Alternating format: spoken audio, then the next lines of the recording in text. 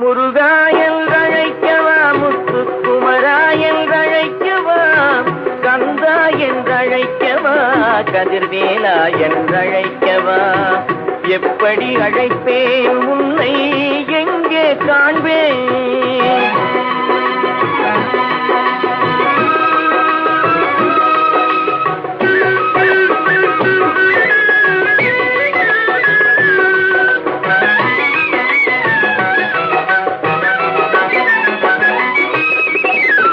ஆறுபடை வீடெங்கும் தேடி வந்தேனப்பா, அங்கெங்கும்